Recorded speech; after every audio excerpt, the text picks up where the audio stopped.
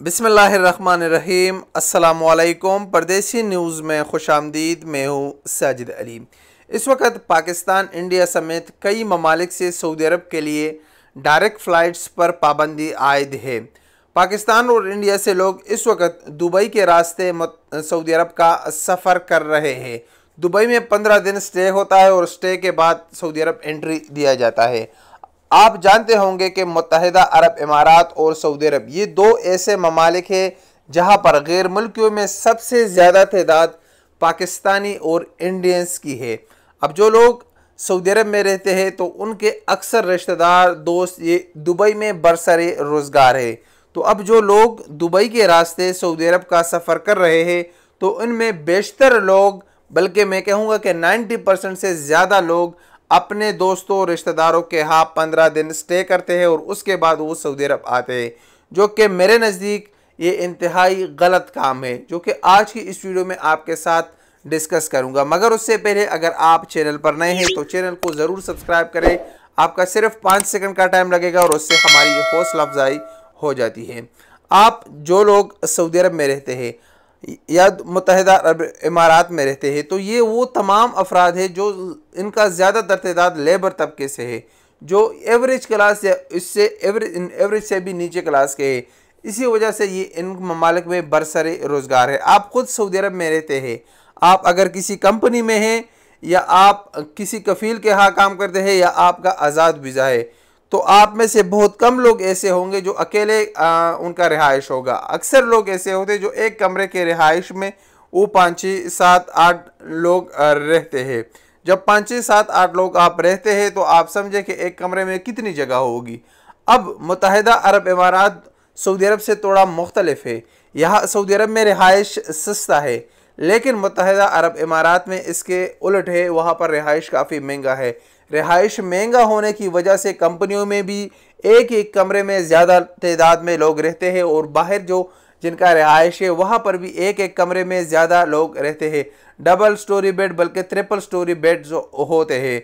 अब अगर आप मुत्तहिदा अरब इमारात के रास्ते सऊदी अरब का सफ़र कर रहे हैं और आपका 15 दिन स्टे है वहाँ पर, तो अक्सर या आप अपने रिश्तेदार के यहाँ ठहरते या अपने दोस्त के यहाँ ठहरते। हालांकि उनका अगर दिल भी नहीं होता लेकिन फिर भी वो आपको मना नहीं कर सकता और वो आपको कहते कि आप मेरे साथ 15 दिन गुजार ले, और आप उसी की बात को मानकर उसके पास 15 दिन गुजारते हैं।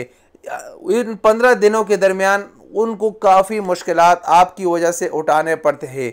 एक तो 15 दिन आपको रिहाइश देना, आपके लिए खाने की अरेंजमेंट करना, और उन तमाम चीज़ों से बढ़कर लोग ये डिमांड करते हैं कि भाई हमको दुबई का टूर कराओ। तो फिर दुबई का टूर उनकी सैलरी में, उनके बजट से हट के आप उनके एक्सपेंसेस को बढ़ाते हैं। आप जानते हैं कि जो लोग परदेश में होते हैं तो वो मजबूर होते हैं, उनकी इतनी सैलरीज होती है कि वो अपनी फैमिली को अफोर्ड कर सके, और फिर आप जब उनके ऊपर बोझ बनते हैं। और दुबई काफ़ी एक महंगा सिटी है, बल्कि दुबई से बढ़कर पूरा UAE एक महंगा मुल्क है।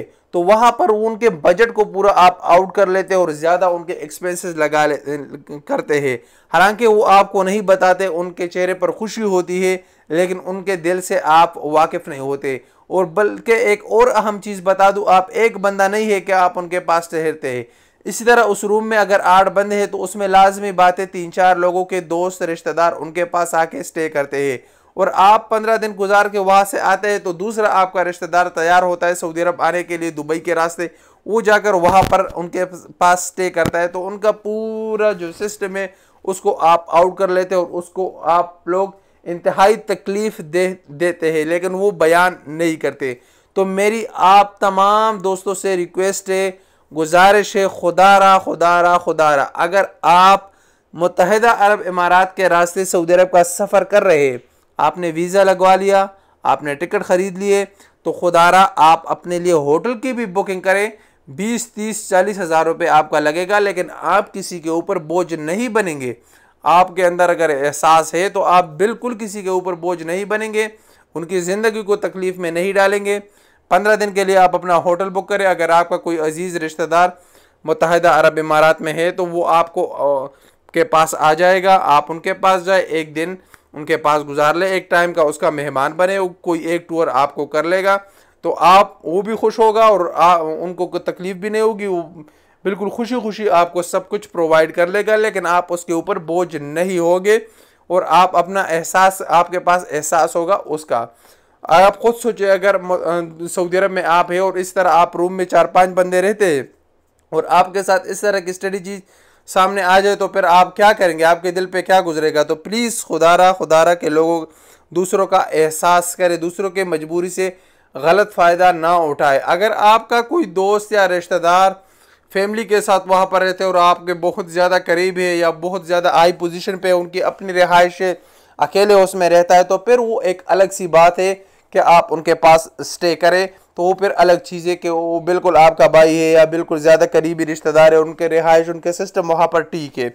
लेकिन जो बेशतर लोग हैं वो लेबर तब एवरेज और या इससे एवरेज से भी कम है और आप उनके पास स्टे करते, उनके ऊपर बोझ बनते, तो ये इंतहाई गलत चीज़ है जो कि बिल्कुल मैं तो बिल्कुल इस चीज़ को इनकरेज नहीं करता। बिल्कुल इस जो गलत चीज़ है, बिल्कुल आप बिल्कुल ऐसा ना करें, अपने लिए होटल बुक करें और उसके बाद आप सऊदी अरब का सफ़र कर सके। अस्सलाम वालेकुम वरहमतुल्लाहि वबरकातुहू।